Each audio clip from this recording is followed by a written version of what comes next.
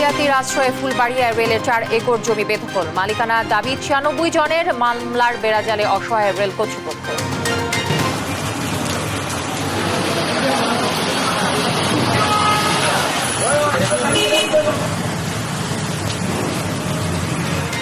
তীব্র দাবদাহে সিলেটে স্বস্তির বৃষ্টি, নগরে তাপমাত্রা বাড়াচ্ছে কাজ ঘেরা বহুতল ভবন। এসি ব্যবহার মানুষের স্বাস্থ্যের জন্য মারাত্মক ক্ষতি বলছেন বিশেষজ্ঞ।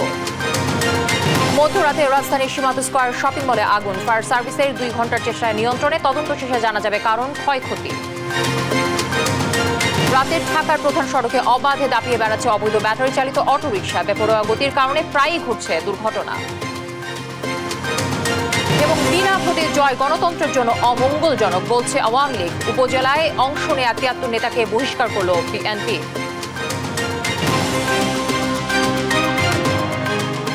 দর্শক, শুভ সকাল। শুনছিলেন সংবাদ শিরোনামগুলো।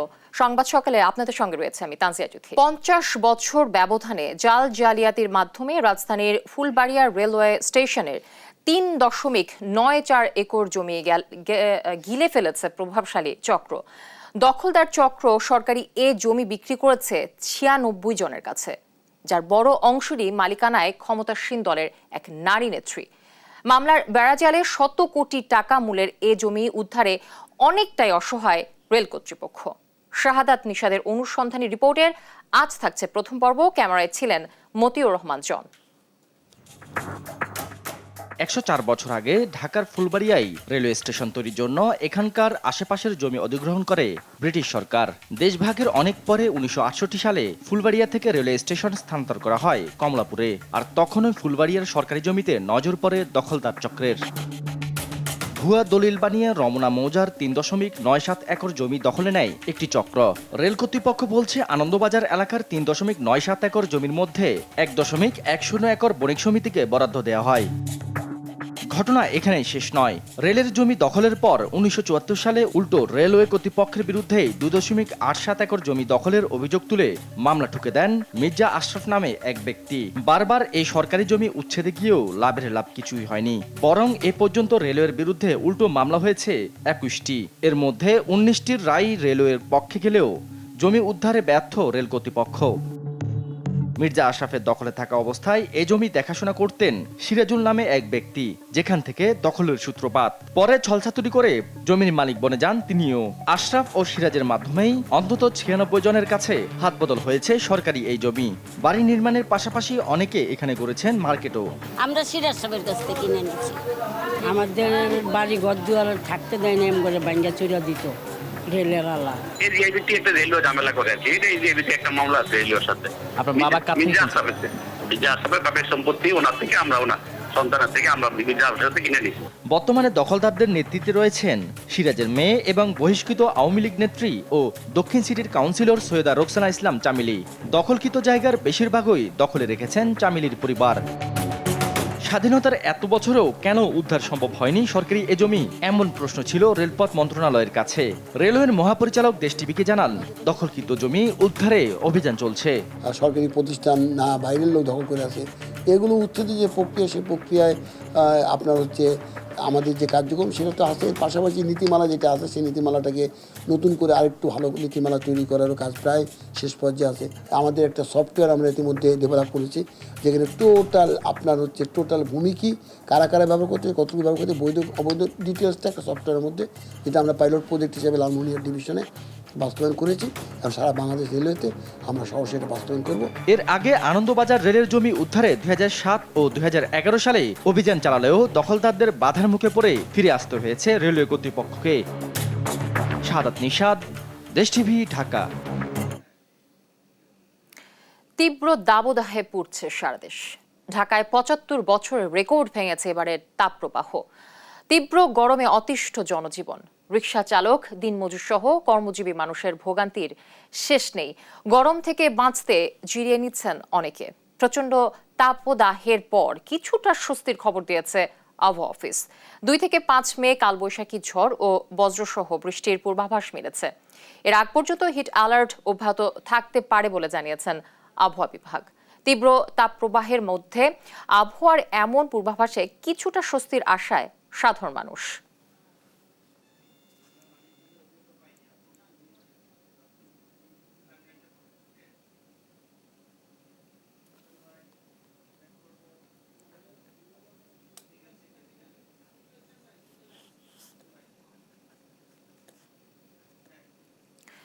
তপ্ত রোদ আর গরমে অসহনীয় অবস্থা, পাশাপাশি ক্ষতির সম্মুখীন হচ্ছে নানা ফসল। তীব্র গরমে নষ্ট হচ্ছে ক্ষেতের ফসল। অনেক এলাকায় ধান পাকলেও শ্রমিকের অভাবে তা ঘরে তুলতে পারছেন না চাষিরা। দর্শক, বিস্তারিত জানাতে এই মুহূর্তে টাঙ্গাইল থেকে যুক্ত হচ্ছেন আমাদের সহকর্মী আতিক রহমান। আতিক, আপনি জানাবেন যে আসলে গরমে কোন কোন ফসলের আসলে বেশি ক্ষতি হচ্ছে এবং ফসল রক্ষায় কৃষি বিভাগের কোনো পদক্ষেপ আপনার চোখে পড়ছে কিনা?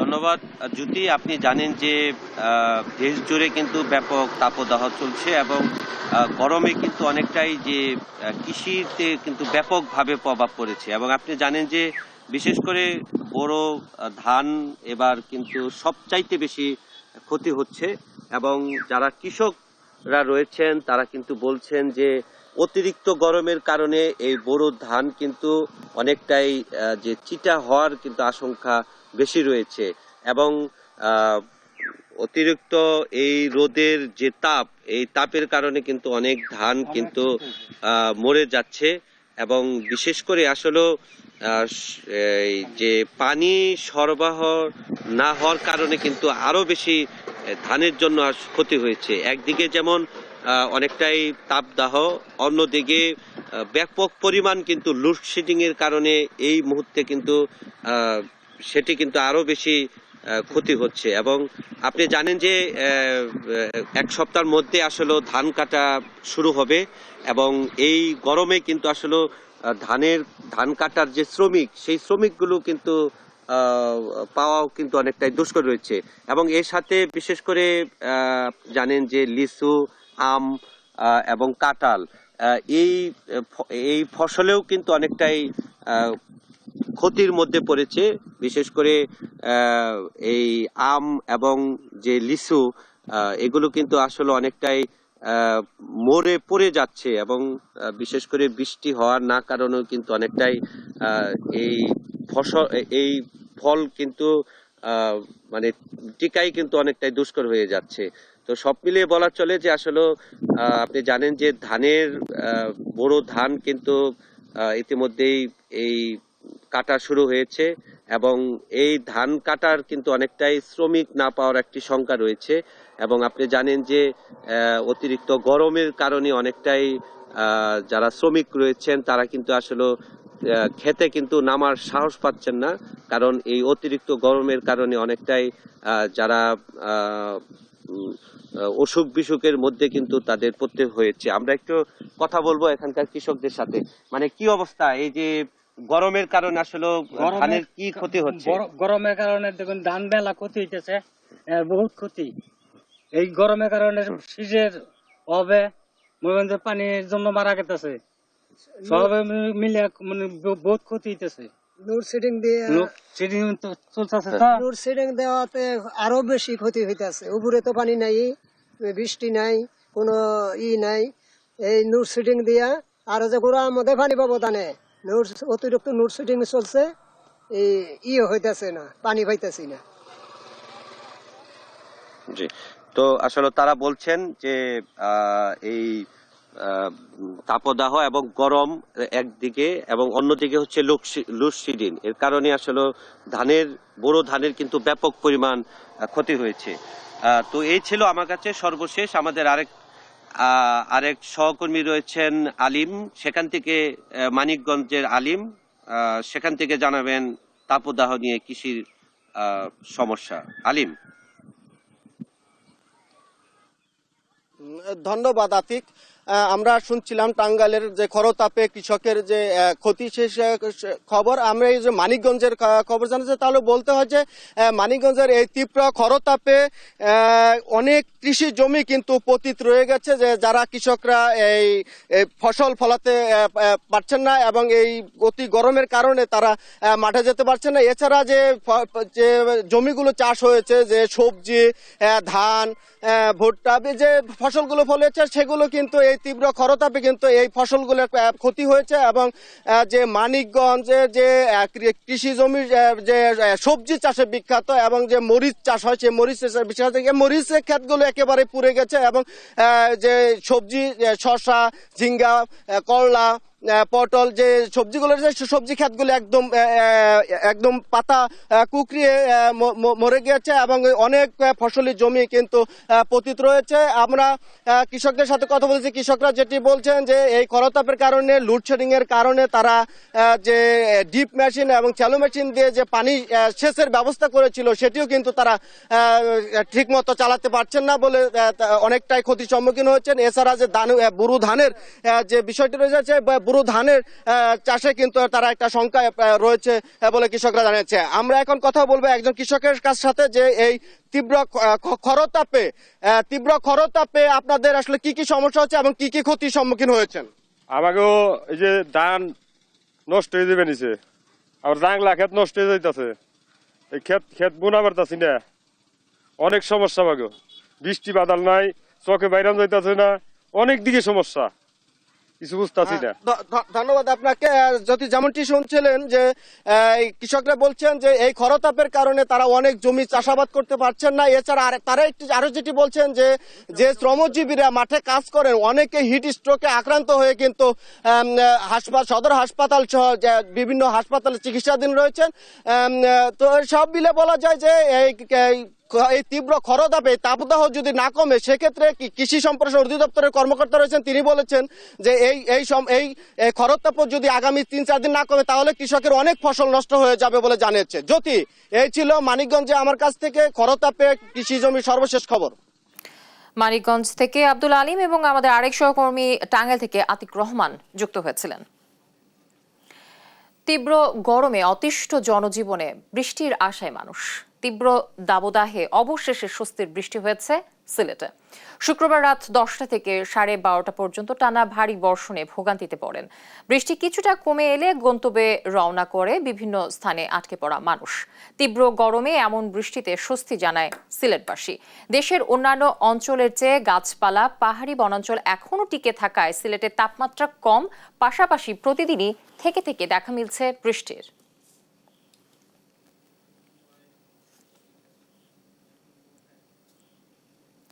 কাঁচ ঘেরা বহুতল ভবন বাড়িয়ে দিচ্ছে নগরের তাপমাত্রা। গবেষণা বলছে শহরের তাপমাত্রা বাড়াতে ভয়ঙ্কর উপাদান হিসেবে কাজ করছে ভবনের কাঁচের দেয়াল। বিশেষজ্ঞরা বলছেন যে নাতিশীতোষ্ণ জলবায়ুর দেশ হওয়ায় বাংলাদেশে কাঁচের দেয়ালের প্রয়োজন নেই। এসব ভবনে এসির ব্যবহারে ক্ষতিগ্রস্ত হচ্ছেন স্বাস্থ্য। সোলাইমান স্বপনের ক্যামেরায় বিস্তারিত জানাচ্ছেন নিয়াজ মোর্শেদ। তিলোত্তমা ঢাকায় এখন রীতিমতো প্রতিযোগিতা চলছে বহুতল ভবন তৈরির। গুলশান, বনানী, ধানমন্ডির অভিজাত পাড়া ছাড়িয়ে নগরের অন্য এলাকাতেও গড়ে উঠেছে এমন কাচ ঘেরা বহুতল ইমারত। ভবন নির্মাতা আবাসন কোম্পানিগুলো বলছে ক্রেতার রুচি অনুযায়ী কাচের দেয়ালের বাড়ির চাহিদা বাড়ছে। গ্লাসটা আমরা মেইনলি ব্যবহার করি আউটলুকিংয়ের জন্য, কারণ একটা বিল্ডিংয়ের আউটলুকিং যদি সুন্দর না হয় ওই বিল্ডিং আমাদের সেল করতেও কষ্ট হয়, আবার অ্যাচিভিং ডেভেলপার আমাদের নামটা ওইভাবে ফ্ল্যাশও হয় না। ঢাকায় রেকর্ড তাপমাত্রার কারণ খুঁজতে দেশ টিভির টিম এবার বায়ুমণ্ডলীয় দূষণ অধ্যয়ন কেন্দ্রের সঙ্গে। রাজধানীর শান্তিনগরে এই কাচ ঘেরা ভবনের তাপমাত্রা পরিমাপে প্রমাণ মেলে নিচতলায় তাপমাত্রা 34 ডিগ্রি। তবে সামনের অংশে কাচের রিফ্লেকশনে তাপমাত্রা আরও কয়েক গুণ বেড়ে 40 ডিগ্রিতে পৌঁছেছে। গ্লাসমেট বিল্ডিং ছাড়া যে গ্রাউন্ড লেভেলে আলোর প্রখরতা একটু কম অনুভূত হচ্ছে। আমাদের মেশিনে যে রিডিং দেখাচ্ছে আলোর প্রখরতা কম, কিন্তু যখনই আমরা গ্লাসমেট বিল্ডিংয়ের অপোজিটে দাঁড়াচ্ছি তখন আলোর প্রখরতা একটু বেশি দেখা যাচ্ছে। বিশেষজ্ঞরা বলছেন রাজধানীর বিভিন্ন এলাকায় এসব কাচ ঘেরা বাড়িগুলো ঢাকার তাপমাত্রাকে আরও উত্তপ্ত করে তুলেছে। শীত প্রধান দেশে সূর্যের আলোর তাপ ধরে রাখতে ভবনে কাচের ব্যবহার করা হয়। তবে নাতিশীতোষ্ণ জলবায়ুর দেশে কাচের ব্যবহার খুব প্রয়োজন মনে করেন না জলবায়ু বিশেষজ্ঞরা। কাচের দেওয়ালগুলোর অ্যাঙ্গেলিক পজিশনের কারণে, তার কৌণিক অবস্থানের কারণে এই তাপটি উপরের দিকে না গিয়ে রিফ্লেক্ট করে এগুলো নিচের দিকে পরিচালন পদ্ধতিতে এগুলো অবস্থান করে। যদি স্বাভাবিক অবস্থায় এটি বিকিরণ করে উপরে চলে গেলে আমাদের জন্য সহজ হতো, কিন্তু পরিচালন এবং পরিবহন পদ্ধতিতে এই তাপমাত্রাগুলো আশেপাশে পরিবাহিত হয় এবং আশেপাশের এলাকাকে উত্তপ্ত করে দেয়। স্থপতি রফিক আজম বলেন, পশ্চিমা দেশগুলোর মতো কাচঘর তৈরির নিয়ম মানা হচ্ছে না এখানে। গ্লাস জিনিসটা তো আমাদের দেশের জন্য ব্যবহার করতে গেলে আমি বলবো না গ্লাস ব্যবহার করবেন না, এটা তো হয় না। আপনি তো বাইরে দেখতেও চান সুন্দর দৃশ্য, তো তাহলে আপনাকে গ্লাসটাকে শেডের মধ্যে আনতে হবে। শেডের মধ্যে অর্থাৎ গ্লাসের মাথায় সবসময় এমন একটা শেডিং হবে যে শেডিংটা আপনার শীতকালের আলোকে গ্লাসকে টাচ করতে দিবে এবং ভিতরটা উষ্ণ হবে, কিন্তু শীতকালের পরে অন্য সময় গরম সময়গুলোতে কোনোভাবেই গ্লাসে যেন আপনার রোদটা না পড়ে, ছায়া পড়ে। নগরের তাপমাত্রার এই রুদ্রমূর্তি নিয়ে দুই বিশেষজ্ঞই বলছেন, ভবনে কাচের যত্রতত্র ব্যবহার বন্ধ হওয়া উচিত। কাজঘরে এসির ব্যবহার বৃদ্ধির কারণে মানসিক স্বাস্থ্যেরও ক্ষতি হচ্ছে বলে মনে করেন তারা। নিয়াজ মোর্শেদ, দেশ টিভি, ঢাকা। মধ্যরাতে রাজধানীর সীমান্ত স্কয়ার শপিং মলে আগুনের ঘটনা ঘটে। ফায়ার সার্ভিসের 5টি ইউনিট 2 ঘন্টার চেষ্টায় আগুন নিয়ন্ত্রণে আনতে সক্ষম হয়। আগুনের কারণ ও ক্ষয়ক্ষতির বিষয়ে তাৎক্ষণিক কোনো তথ্য দিতে পারেনি তারা। বিস্তারিত আল নোমানের রিপোর্টে ক্যামেরায় ছিলেন সানোয়ার সানি। শুক্রবার দিবাগত রাত 1:15টার দিকে রাজধানীর পিলখানা সংলগ্ন সীমান্ত স্কয়ার শপিং মলে আগুন লাগে। 6তলা মার্কেটের 3য় তলায় আরকে ইলেকট্রনিক্স নামে একটি মোবাইল ফোনের দোকানে বৈদ্যুতিক গোলযোগ থেকে আগুনের সূত্রপাত বলে ধারণা করা হচ্ছে। খবর পেয়ে ফায়ার সার্ভিসের হেডকোয়ার্টার মোহাম্মদপুর ও পলাশী স্টেশনের 5টি ইউনিট আগুন নিয়ন্ত্রণে অংশ নেয়। আর উদ্বেগ উৎকণ্ঠায় মার্কেটের গেটের সামনে জড়ো হন দোকান মালিকরা, তবে কাউকেই ভেতরে যেতে দেয়া হয়নি। পিছন সাইড থেকে আমরা হঠাৎ করে দেখছি ধোঁয়া আসতেছে, তারপরে আমরা তাড়াতাড়ি বের হয়ে আসছি। আসার পরে দেখতেছি যে সামন সাইড দিয়ে ও ধোঁয়া বের হইতেছে। ওই জায়গায় একটা জুতার দোকান আছে, তারপরে একটা হোটেল আছে, ওই জায়গা থেকে মনে করেন ধোঁয়া বের হইতেছে। তারপরে আমরা বুঝতে পারছি যে আগুন আসছে। তারপরে আমরা সবাই গেট খুলে বের হয়েছি। বের হওয়ার পরে আইসা দেখতেছি যে ফায়ার সার্ভিস আসতেছে। ফোন দিয়েছে বাজার থেকে যে আমরা আসছি, আসার পর ভেতরে ঢুকছি, 10 মিনিটও থাকতে দেয় না, বের করে দিছে। ভিতরে তো লোক নেই, আমরা তো অফ করে বের হয়ে গেছি মার্কেট। তো এখন খবর পেয়ে আসলাম, এখন তো ঢুকতেও দিতেছে না, ভিতরে কেউ তো কিছুই যায় না। আমার হচ্ছে লিফটের 3-এ 365 নাম্বার দোকান, মোবাইলের দোকান। আগুন কিভাবে লাগছে আমরা জানি না, আমরা একটু আগে শুনতে পারলাম। আগুন লাগার পরে সাথে সাথে ছুটে আসছি। ফায়ার সার্ভিসের 1 ঘন্টার চেষ্টায় 2:15টার দিকে আগুন নিয়ন্ত্রণে আসে, আর 3:30টার দিকে পুরোপুরি নেভাতে সক্ষম হন তারা।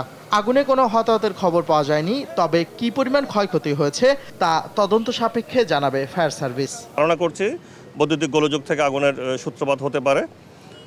আমাদের কাছে কোনো আহত বা নিহত হওয়ার এই ধরনের কোনো সংবাদ নাই, তবে এটা ক্ষয়ক্ষতির পরিমাণটা কি এই মুহূর্তে আমরা সেটা আইডেন্টিফাই করছি না। আমরা মেইনলি হচ্ছে আমরা আগুন নির্বাপনের দিকেই আমরা মনোযোগী ছিলাম বেশি, তবে ক্ষয়ক্ষতির পরিমাণ হয়তো তদন্ত সাপেক্ষে আমরা বলতে পারবো। মার্কেটে কাউকে প্রবেশ করতে না দেয়ায় ভেতরের প্রকৃত অবস্থা জানা যায়নি। আল নোমান, দেশ টিভি, ঢাকা। দিনে চলতে না পারলেও রাতের ঢাকার প্রধান সড়কে দাপিয়ে বেড়ায় ব্যাটারি চালিত অটোরিকশা। আদালতের নিষেধাজ্ঞার পরও নিয়ন্ত্রণহীন এ বাহনটির কারণে প্রায়ই ঘটছে দুর্ঘটনা। অবৈধ এ বাহন বন্ধে কর্তৃপক্ষের নজরদারির পাশাপাশি সাধারণ মানুষকেও সচেতন হতে হবে বলে জানান ঢাকা দক্ষিণ সিটির মেয়র। বিস্তারিত শাহেদুজ্জামান সাকিবের প্রতিবেদনে।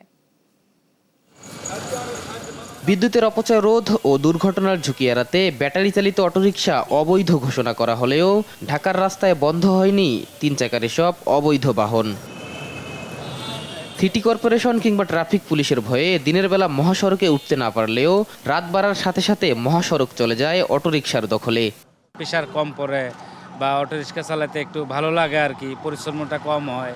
100% রিস্ক আছে, কারণ এই গতিটা অতিরিক্ত, গাড়ি তুলনায় গতি অনেক বেশি। অনেক ড্রাইভার আছে মনে করেন যে খুব স্পিডে যায়, অনেক সময় গাড়ি কন্ট্রোল করতে পারে না, অনেক সময় অ্যাক্সিডেন্ট করে, রিস্কা উল্টাপাল্টা চালায়, অনেক মানুষের উপর দিয়ে উঠায় দেয়।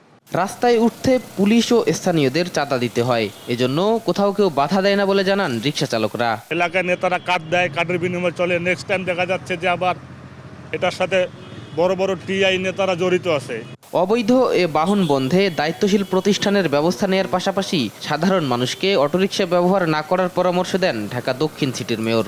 রাত 10টার পরে দেখা যায় যে এই ব্যাটারি চালিত বাহনগুলোকে ব্যবহার করা হচ্ছে। আমরা যদি না উঠি তাহলে কিন্তু এগুলো ব্যবহার করা যাবে। ঢাকা শহরে কিন্তু আমরা একটিমাত্র কর্তৃপক্ষ না, এখানে আরও অনেক সংস্থা রয়েছে এবং তাদের বিভিন্ন কার্যক্রমের কারণে আমরা লক্ষ্য করি যে আমরা কঠোর হলেও অন্যদের শৈথিলতার কারণে এটার ব্যাপকতা বৃদ্ধি পায়। আর ব্যাটারি চালিত অটোরিকশায় দুর্ঘটনার ঝুঁকির পাশাপাশি বিদ্যুৎ অপচয় হচ্ছে বলে মনে করেন বিশেষজ্ঞরা।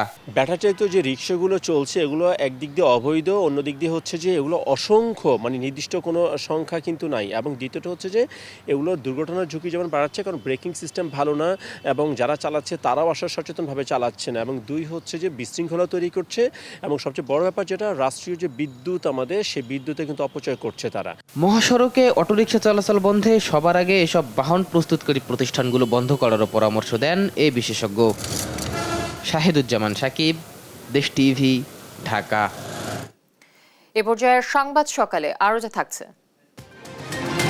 চাঁপাইনবাবগঞ্জের শিবগঞ্জ উপজেলা স্বাস্থ্য কমপ্লেক্সে খাবার পানির সংকট, তীব্র গরমে রোগী ও স্বজনদের ভোগান্তি চরমে।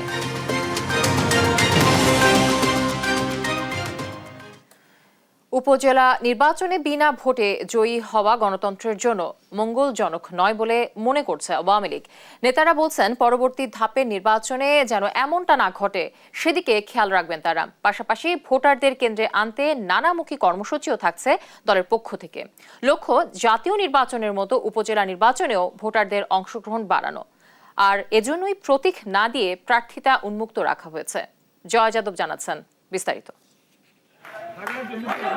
প্রথম ধাপের উপজেলা পরিষদ নির্বাচনে প্রার্থীদের মনোনয়নপত্র প্রত্যাহার হয়েছে 22 এপ্রিল।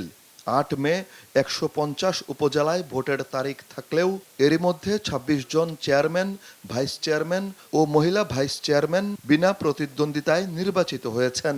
আর বাগেরহাট সদর, মুন্সিগঞ্জ সদর, মাদারীপুরের শিবচর ও ফেনীর পরশুরাম উপজেলায় ভোটই করতে হবে না। বৈধ সব প্রার্থী বিনা ভোটে উপজেলা পরিষদের দায়িত্ব পেয়ে গেছেন। বিএনপি নির্বাচনে না আসায় আওয়ামী লীগ এককভাবে মাঠে থাকায় এভাবে জয়ী হওয়াকে দুঃখজনক বলছেন ক্ষমতাসীন দলের নেতারা। তাদের মতে কোনো প্রার্থীর বিনা ভোটে জিতে আসা কাম্য নয়। এটা গণতন্ত্রের জন্য খুব একটা ভালো লক্ষণ না। আমরা চাই না যে বিনা প্রতিদ্বন্দ্বিতায় একজন হয়ে যাক নির্বাচিত। It is not a good signal. উপজেলা চেয়ারম্যানটা আনঅপোজড হওয়াটা এটি কোনো ইতিবাচক বিষয় না, অবশ্যই এটি নেতিবাচক বিষয়, এটি দুঃখজনক। তো এটি আমরা পর্যবেক্ষণ করছি, ভবিষ্যতে যেন আনঅপোজ না হয় সে ব্যাপারে আমরা সজাগ দৃষ্টি রাখছি। নির্বাচনে প্রতিদ্বন্দ্বিতা বাড়াতে সর্বস্তরের ভোটারদের কেন্দ্রে আনতেই এবার দলীয় প্রতীকে নির্বাচন করছে না আওয়ামী লীগ। বিএনপি ভোট বর্জনের ডাক দিলেও আওয়ামী লীগ ভোটারদের কেন্দ্রে আনতে হাতে নিয়েছে নানা কর্মসূচি। আমরা আওয়ামী লীগের পক্ষ থেকে খুবই স্পষ্ট এবং সুনির্দিষ্টভাবে আমাদের দলের প্রতিটি পর্যায়ে আমাদের প্রস্তুতি আছে যাতে একটি অবাধ, সুষ্ঠু, সুন্দর নির্বাচন হয়। কারণ বিএনপি ইলেকশন না করলেও যে কিছু আসে যায় না সেটার প্রমাণ কিন্তু বাংলাদেশের জনগণ 7ই জানুয়ারিতে তারা রেখেছে। এবং আসন্ন উপজেলা পরিষদ নির্বাচনে বিএনপি অংশগ্রহণ না করা এটা তাদের ব্যর্থতা।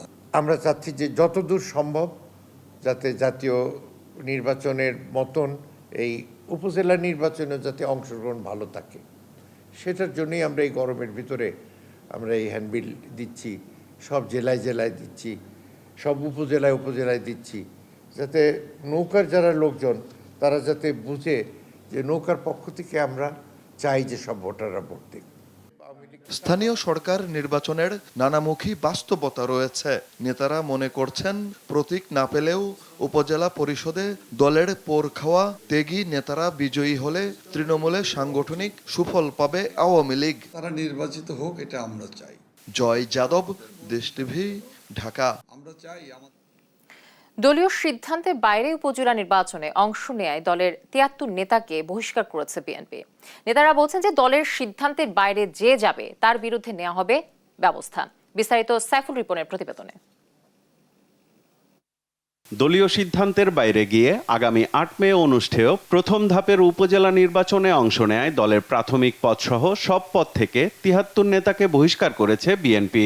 দলের সিনিয়র যুগ্ম মহাসচিব রুহুল কবির রিজভী স্বাক্ষরিত বহিষ্কার আদেশে রয়েছেন চট্টগ্রামের 4 জন, রাজশাহী 10, ময়মনসিংহ 16, সিলেট 9, বরিশালের 1 জন। এছাড়াও ঢাকা বিভাগের 5, কুমিল্লার 8, খুলনা বিভাগের 3, রংপুর বিভাগের 11 ও ফরিদপুরের 6 জন। বহিষ্কৃতদের মধ্যে 28 জন চেয়ারম্যান পদে, 24 জন ভাইস চেয়ারম্যান ও 21 জন মহিলা ভাইস চেয়ারম্যান প্রার্থী। দলের নেতারা বলছেন, যেখানে নির্বাচন কমিশন প্রশ্নবিদ্ধ এবং জনগণের অংশগ্রহণ ও প্রার্থীদের প্রতিদ্বন্দ্বিতার কোনো সুযোগ নেই, সেই নির্বাচন নিয়ে ভাবছে না বিএনপি। কন্টেস্টেশনের জায়গাটা তারা আগে থেকে নষ্ট করে দিচ্ছে সব জায়গায়। আর পার্টিসিপেশন হচ্ছে জনগণের, কন্টেস্টেশন যেখানে হয় না ওখানে পার্টিসিপেশন ওটার সুযোগ থাকে। তো সুতরাং দুইটাই তো বাংলাদেশে আজকে অ্যাবসেন্ট এখানে। তো এবং তারপরে তো নির্বাচন কমিশন পুরোপুরিভাবে প্রশ্নবিদ্ধ, নির্বাচনের সাথে সংশ্লিষ্ট যারা কাজ করে তারা সকলে প্রশ্নবিদ্ধ, পুরো নির্বাচন ব্যবস্থায় একটা প্রশ্নবিদ্ধ। সেখানে সেই আগ্রহ তো থাকার কোনো কারণ নেই, যেটা আমরা বিগত জাতীয় নির্বাচনে দেখেছি 95, 96, 97% লোক নির্বাচনে অংশগ্রহণ করে। নির্বাচনে জড়িত রাষ্ট্রীয় প্রতিষ্ঠানগুলো স্বাধীনভাবে কাজ করতে পারছে না বলেও অভিযোগ বিএনপির এই শীর্ষ নেতার। যেখানে নির্বাচন ব্যবস্থাই সম্পূর্ণভাবে ধ্বংস হয়ে গেছে, কোনো আস্থাহীনতার মধ্যে আছে, এবং জনগণ যে তাদের প্রতিনিধি নির্বাচন করতে পারে না, এটা একটা স্বতঃসিদ্ধ ব্যাপার, এটা হচ্ছে সিলেকশনের ব্যাপার হয়ে গেছে। গণতান্ত্রিক প্রক্রিয়াকে, মানুষের অধিকারকে, সাংবিধানিক রাজনীতি, গণতান্ত্রিক অধিকারকে আরো নিচের দিকে নামিয়ে যাবেন নির্বাচনের অংশগ্রহণের কথা বলে বলে, তাহলে সেটা কি জাতির জন্য ভালো কিছু হবে? 7 জানুয়ারির নির্বাচনের পর দেশের নির্বাচনী ব্যবস্থার আরো অবনতি হয়েছে বলেও দাবি বিএনপির এই নীতি নির্ধারকের। বরঞ্চ 7 নির্বাচনের পরে আরো অবনতি হয়েছে। সাইফুল রিপন, দেশ টিভি, ঢাকা। দেখছেন সংবাদ সকাল।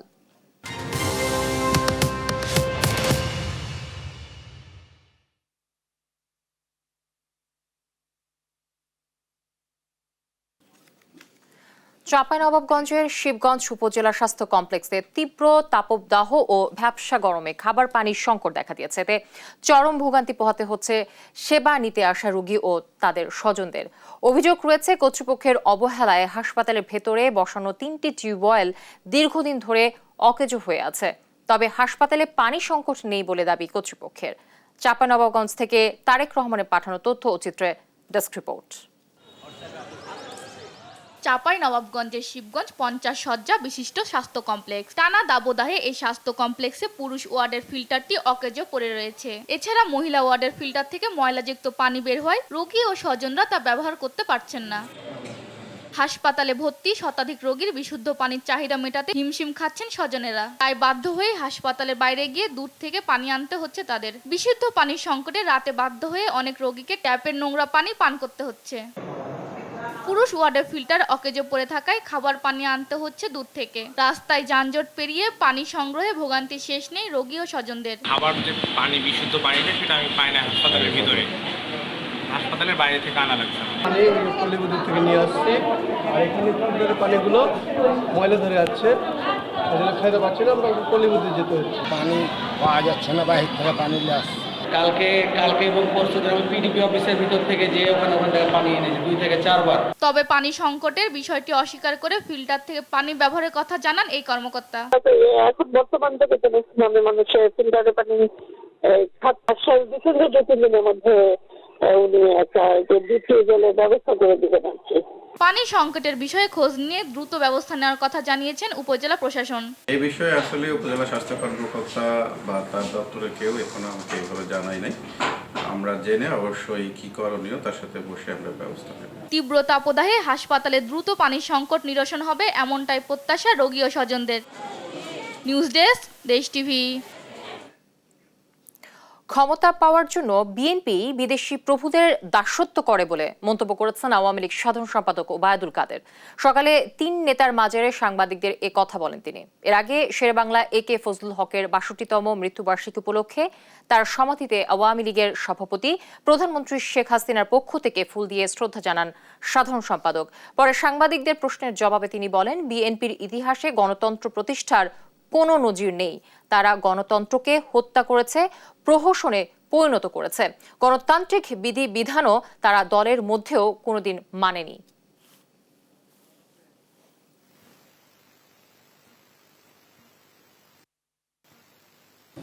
আজকের দিনে আমাদের যে প্রত্যয়, যে অঙ্গীকার,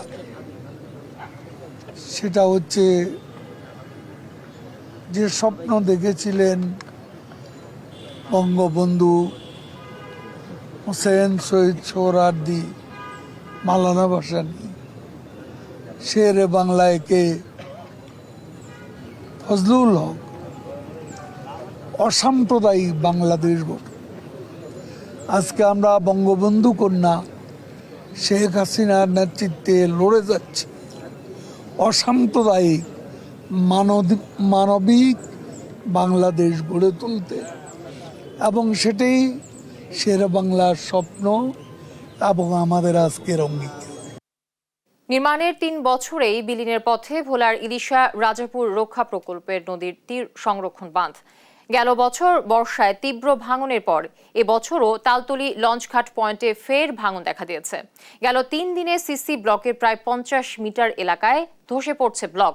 এলাকাবাসীর অভিযোগ, নির্মাণ কাজে অনিয়মের কারণেই টিকছে না এই প্রকল্প। তবে পানি উন্নয়ন বোর্ড বলছে যে কাজে অনিয়ম হয়নি। বিস্তারিত ভোলা প্রতিনিধি ছোটন সাহার তথ্য ও ছবিতে ডেস্ক রিপোর্ট। মেঘনার ভয়ানক গ্রাস থেকে দ্বীপ জেলা ভোলাকে স্থায়ীভাবে রক্ষায় 2017 সালে সদরের রাজাপুর থেকে ইলিশা পর্যন্ত প্রায় 4 কিলোমিটার দৈর্ঘ্যের নদীর তীর ও ঢাল সংরক্ষণের কাজ শুরু করে পানি উন্নয়ন বোর্ড। 330 কোটির এই প্রকল্প শেষ হয় 2021 সালের দিকে। এতে যুক্ত ছিল প্রায় 15টি ঠিকাদারি প্রতিষ্ঠান। কিন্তু 3 বছর যেতে না যেতেই 2023 থেকে এই প্রকল্পে ভাঙন শুরু হয়। তখন ইলিশা পয়েন্ট দিয়ে প্রায় 258 মিটার এলাকা বিলীন হয়ে গেলে 33,000 পিস জিও ব্যাগ ফেলে ভাঙন রোধ করা হয়। চলতি বছরের বর্ষার আগেই ফের শুরু হয়েছে ভাঙন। এতে আতঙ্কিত নদীর পাড়ের মানুষ। খুব আতঙ্কের ভিতরে আছি। কাজটা সিসি ব্লক ফালাইলে তো নদীটা রক্ষা করার আলামত উচিত, কাজটা সেভাবে কাজটা হয়নি। এখন ব্লকেই প্রতি বছরে স্রোত আইতে না আইতে ভাঙ্গের ধসে পড়ে। এলাকাবাসীর অভিযোগ, ভাঙন রোধে কাজের স্বচ্ছতা না থাকায় প্রকল্প টেকসই হয়নি। 2021 থেকে ভাঙতে আছে, এখনো ভাঙতে আছে, আজ 2-3 বছর ভাঙতে আছে। ব্লক ফালানে আমরা দেখতেছি যে না, আমরা হয়তো একটু আসান পাবো, ভালোভাবে থাকতে পারব না। এখন দেখতে আছি 3 বছর যায় না, এই ব্লক আবার দইসা যাইতে আছে। কাজে অনিয়মের অভিযোগ অস্বীকার করে পানি উন্নয়ন বোর্ড বলছে উজানের চাপে ভাঙন বেড়েছে। কাজ বাস্তবায়ন শতভাগ নিয়ম মতো হয়েছে, এখানে কোনো অনিয়মের সুযোগ ছিল না। এই সিসি ব্লক ভাঙবে এটাই স্বাভাবিক, এইভাবেই প্রকল্পটা ডিজাইন করা। এখানে লক্ষণীয় যে সিসি ব্লক কি ভেঙে ভেঙে শেষ হয়ে গেল কিনা। আমাদের কিন্তু এখনো কোথাও 12 মিটার, কোথাও 14 মিটার, কোথাও 5 মিটার এরকম করে সিসি ব্লক এখনো আছে। ঐতিহ্যবাহী এই ইউনিয়ন রক্ষায় টেকসই বাঁধের দাবি ভোলাবাসীর। নিউজ ডেস্ক, দেশ টিভি।